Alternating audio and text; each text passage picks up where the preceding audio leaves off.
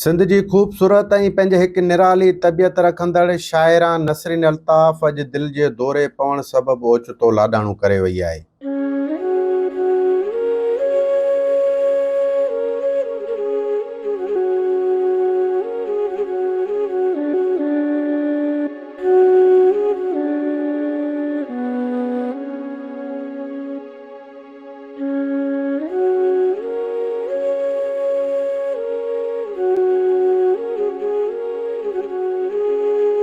नसरीन अल्ताफ़ जे विछोड़े वारी ख़बर जेतोणीकि सिंधी अदब में हिकु वॾो ख़ाल पैदा कयो आहे। संदसि विछोड़े ते इल्मी अदबी धुरियुनि में ॾुख जी लहर छायल आहे।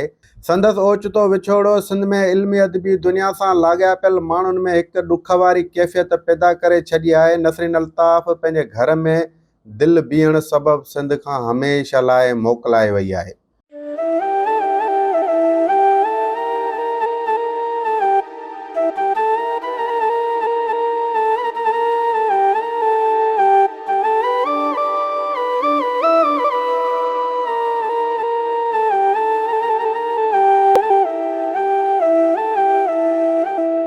नसरीन अल्ताफ़ जी ज़िंदगीअ जो सफ़र 1965 खां शुरू थियो। हिन 14 अगस्त 1965 में माहिर तइलीमदान अल्ताफ़ कुरैशी जे घर सुहिणी मियार जे शहर शहदादपुर में जनम वरितो।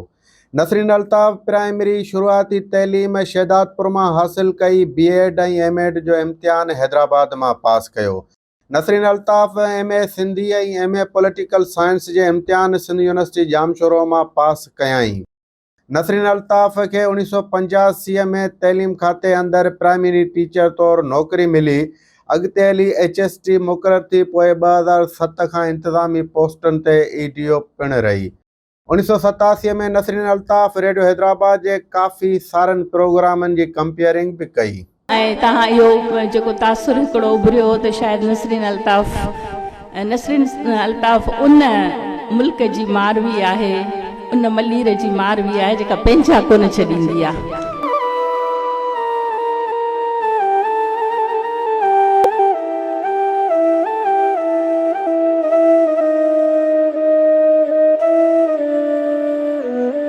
ॿ 2017 में सिंधी अदबी संगत जी मरकज़ी इलेक्शन में नसरीन अल्ताफ़ डॉक्टर रुखसाना प्रीत खां इलेक्शन खटे मरकज़ी जॉइंट सेक्रेटरी चूंडिजी आई ऐं हिन सिंधी अदबी संगत जी तरक़ीअ लाइ खोड़ सारो कमु कयो।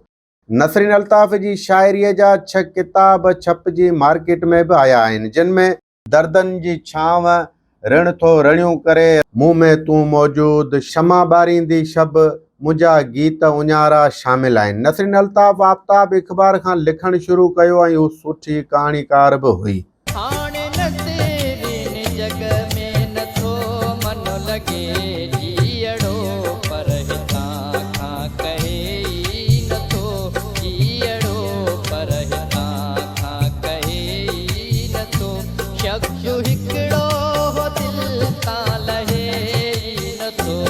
नसरीन अल्ताफ़ 19 जून 2025 ते राति जो 11 वॻे दिलि बंदि थियण सबबि लाॾाणो करे वई, जंहिंसां हिन जे इल्मी ऐं अदबी पोरे जी पुॼाणी थी। पाण हिकु सुठी शाइरा हुअण सां गॾु मौसीक़ीअ जी बि ॼाण हुई। संदसि विछोड़ो हिकु वॾो ख़ाल पैदा करे वियो आहे। कैमरा टीम सां गॾु धणी बख़्श बारी जो सिंध अफेयर डिजिटल हैदराबाद।